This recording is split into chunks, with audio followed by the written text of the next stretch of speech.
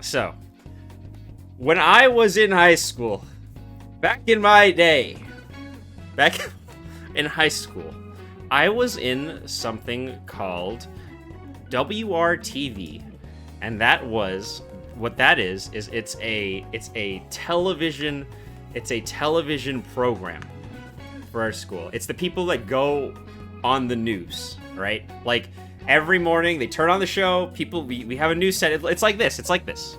That's why I'm showing this here. It's a set, right? And we had, this was like the most fun I've had in my entire life. Like honestly, this was like, it was so fun. So let's get into the characters that are gonna be in the story here. So first off, we have me. All right, me. There's me. Okay, this is me. I was there to witness the events that happened. We have Patrick Salo, who is my cousin. He was also in WRTV. Here he is. That's Patrick. Okay. He was. We both got into West Ranch TV in the same year. Who do we have next? Nikki. Nikki is. I'm still actually pretty close friends with Nikki right now, and Nikki is a VFX artist. He actually works for Michael Bay. He's a big guy. This is Nikki. Okay. Now we have some people that I'm gonna change their names about. I'm gonna change their names a little bit. All right. Because I don't want to dox anyone. I don't want to dox anyone out there yet from my past. So next we have somebody named Noah Centineo. Noah Centineo, the actor, did not go to my high school. He was not in the TV program, but he is a character in the story. Okay, and then we have Ren and Stimpy. Okay, they're hold on, they're kind of in the corner there. Let me try to move these guys. Here they are. They're not very important to the story, but they were there. So I thought I'd throw them in. All right, next, how could we forget the man of the hour, my friend Ryan? This is him. Here he is, Ryan. So these are the main players in our story tonight, in the Hand Plumber story. Okay? So, like I said, we're all in this thing called WRTV. Every day we have to put on a fucking show for the entire school. It's like a news show. We do segments, we do like skits, shit like that, you know. We're a joke to most of the school, but it was a lot of fun. So moving forward, we need to fast forward a little bit, and I need to explain something called STN. STN is like, it's like EVO, the fighting game tournament, EVO for film students, right? For WRTV film students. And essentially what happens is there's a big convention, like the film students from each high school over the nation goes to a fucking venue, and they compete. They like film shit. And by the way, this shit is so unbalanced for kids that don't have a great budget. I saw kids there that they were filming on like VHS cameras. And I'm not like roasting them. I'm just saying that like there were kids like us who had a shit ton of funding, and then kids like Carlsbad who were like real fucking news crews. And then there were kids there that like had equipment from like the 90s. That's not fair at all. But it is what it is. Who gives a shit at this point? We're in high school, we don't care. So everyone gathers in this convention, and we all like do news shows, and then we compete, and then there's judges, and then they say, oh, you won or you didn't win. That's what STN is, okay? So me and my friends here, the main players in the story, we all get, what is this? Get down. What? I don't care about stocks. So we all get onto a plane, right? We're going to Florida. We're headed to Florida. That's where we're going. SC's home state, in case you guys didn't know. And if you look at the plane here, you'll see we're all in the back here. Ryan is here in the front. And the reason for that is because the teacher said to me, he is not in first class. The teacher said to me beforehand, he said, Nico, you're a very independent student. I'm going to put you next to two random people because those are the tickets we got. So during the 20 minutes before takeoff, I swindled Ryan out of his seat. I told Ryan that I had a seat next to, like, I don't know, like 2 fucking hot girls or something, and he believed me. So Ryan switched seats with me. He ended up next to 2 random people on the plane. So that's why we're all in the back here having a party. Ryan's there up front. He was very mad at me, and he never forgave me for that. I don't think he ever did. So we're on our way to Florida. We land in SC's home state, right? That's our hotel. I don't think it was the Marriott. I don't remember where it was. Here we are in the Marriott, right? So we're in the Marriott. And I did forget to mention that, of course, you know, we're all here. We're having a good time. But of course, what did I forgot to mention this. We were accompanied by our teacher.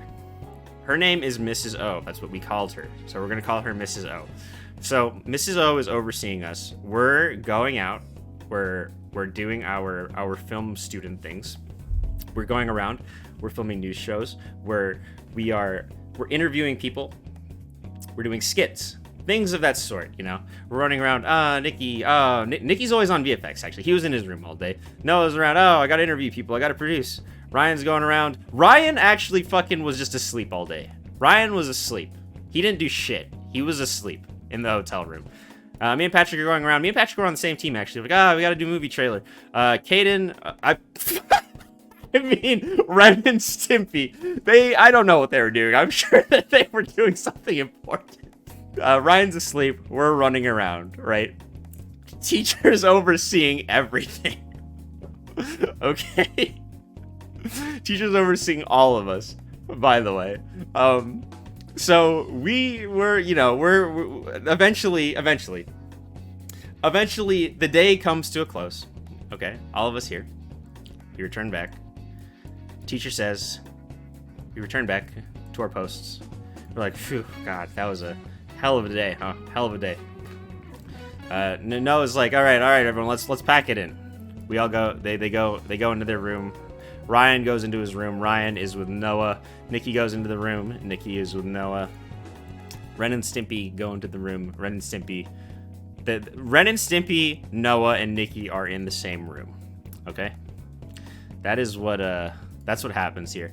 Patrick and I were like, okay, let's go to our room. Me and Patrick are in the same room with a few other people that they're not important to the story, so I'm not going to mention their names right now. Okay, we go into the room. Perfect. So here's what happens. Me and Patrick are hanging out. We are in our room, and we're like, okay, that was a hard day. We're relaxing. We're taking it easy. We actually had a fight club. That's not important to the story. We're sitting there though, and what do we get? We get a call. We get a call from the people next door. We're like, then they're like, hey guys, we have a problem. We go, huh? A problem? This is their room. They're on the other side of the wall, basically. But they call us. They're like, guys, we have a bit of a problem. Okay? And we say, okay, what's the problem? While this is all going on, Nikki says to everyone, he says, hey guys, someone took a shit in the toilet. Like, the toilet is very full. Ryan over here, he goes, get the fuck out of my way, I gotta use the toilet. He goes to the toilet. He takes a massive shit. He comes out of the toilet. Nikki says, Ryan? He goes, Ryan, what are you doing there? Ryan goes, it's clogged. The toilet is clogged. There are 5 boys. There are 5 boys, 5 high school boys in this hotel room, and the toilet is clogged. Now you might think, okay, go outside, get a plumber, get a plumber, get a plunger. You know, this isn't a hard problem to solve. But what did I forget to mention? I forgot to mention something.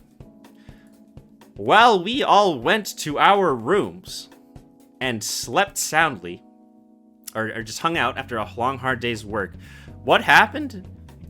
Miss O was outside. And Miss O, she said, you know what? These high schoolers, I'm sure these high schoolers will be up to absolutely no good. So what does she do? She takes tape. She takes the tape, right? And she She tapes the doors. She tapes the doors.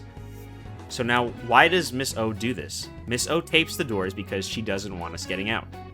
So she knows that if the tape is broken, she'll know that we snuck out and we went and did bad things because we were high schoolers. That was her security measure for us. So now there's 5 boys here. And they are all in a 5 high school boys, all in a hotel room with a clogged toilet. 5 boys. Like I said, 5 boys in a hotel room. The toilet is clogged. They have a problem here. What are we gonna do? Nikki does what anyone does. What any normal person would do. He calls the concierge. He calls the front desk. He says, "Hi, we got a clogged toilet. We need a toilet plunger. Could you send one up?" She goes, "Yeah, sure. I'll bring one up to you." She's going up.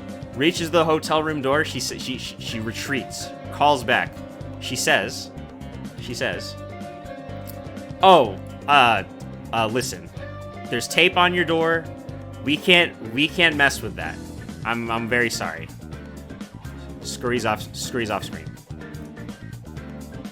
Concierge is no help on this day. Absolutely no help on this day, unfortunately. So these boys are alone. They need to find a way.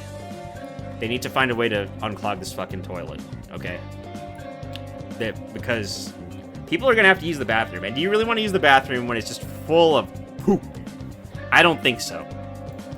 So what does Nikki do? Nikki's a smart guy. He thinks through things, okay? He finds a coat hanger.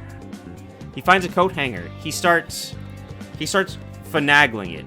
He's like, can I MacGyver something? Can I MacGyver this coat hanger into maybe a plunger? Right? That's what Nikki thinks. But Ryan is a man of action. What does Ryan see? Ryan sees something in the distance. He locks onto it. What is it? It's a plastic bag. Like I said, Ryan's not a guy that waits, okay? He's a man that takes action. He jumps right into things and he doesn't think about it. Okay?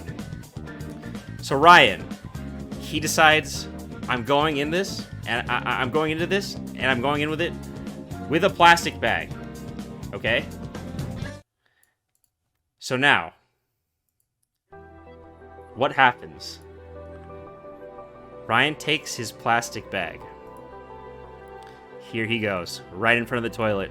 It's filled to the brim. It's like a brick wall of shit clogging this toilet.